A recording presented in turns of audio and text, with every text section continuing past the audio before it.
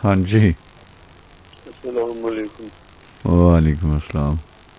अल्लाह पाक तंदुरुस्ती देवे कि अपने बच्चों के सलामत हो जी। मुस्तकीम बोल रहे हैं जी बिस्मिल्लाह। शेरा वाले को।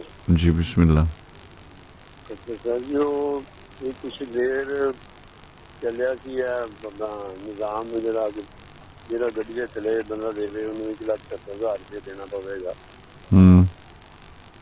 ਤੇ ਸਾਡੀ ਨਾ ਗੱਡੀ ਦੇ ਥੱਲੇ ਇੱਕ ਬਾਬਾ ਕਾਲਾ ਹਵਾਈ ਰੋਡ ਤੇ ਆ ਰਹੇ ਸਨ ਤੇ ਬਾਬੇ ਜੀ ਕਦੀ ਅੱਗੇ ਕਦੀ ਪਿੱਛੇ ਕਦੀ ਅੱਗੇ ਕਦੀ ਪਿੱਛੋਂ ਕਰਦੇ ਕਰਦੇ ਹਰ ਬ੍ਰੇਕ ਨਾ ਲੱਗੀ ਤੇ ਬਾਬੇ ਜੀ ਥੱਲੇ ਆ ਗਏ। ਓਹੋ ਅੱਛਾ।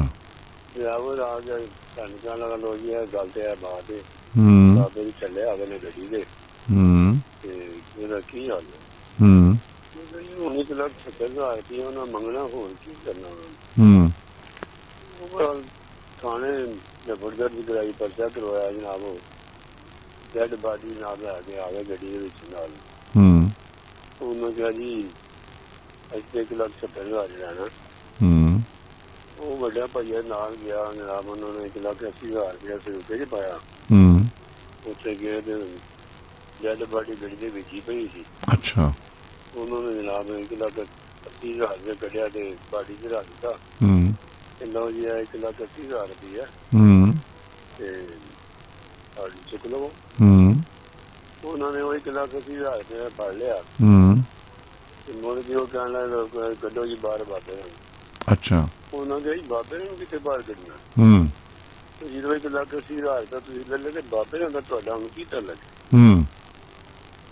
अभी गल रावा तो दे रहे 1,70,000 सौदेबाजी कर रहे हो 1,80,000 है तो पैसे चुक लेते ने। ठीक है बाबे तुम जाओ घर पहुंचो अभी जानी तो बाबा जाने। वो थाने कहना बड़ा परेशान होया कहना यार ये तो गल हकीकत नहीं तुम हूं डेड बाडी बेच रहे हो। बाबे वैसे पैसे देते ने तो वो भी सही ने अपनी जगह से पैसे देते ने जाओ हम पैसे लो घर पहुंचो। यानी कि सूरत हाल है साडे पाकिस्तान दे विच। हाँ जी इस तरह और ਇਹੋ ਜਿਹੇ ਮਾਮਲਾ ਤੇ ਕਈ ਫਿਲਮਾਂ ਵੀ ਬਣ ਚੁੱਕੀਆਂ ਨੇ ਕਿ ਪੈਸੇ ਵਾਸਤੇ ਲੋਕ ਉਹ ਖੈਰ ਇਹ ਤੇ ਇੱਕ ਬੜਾ ਵੱਡਾ ਟੌਪਿਕ ਹੈ। ਬਹੁਤ ਮਿਹਰਬਾਨੀ ਚੰਗਾ ਲੱਗਾ ਤੁਹਾਡੇ ਨਾਲ ਗੱਲ ਕਰਕੇ। ਆਮੀਨ ਆਮੀਨ। ਵਾਲੇਕੁਮ अस्सलाम।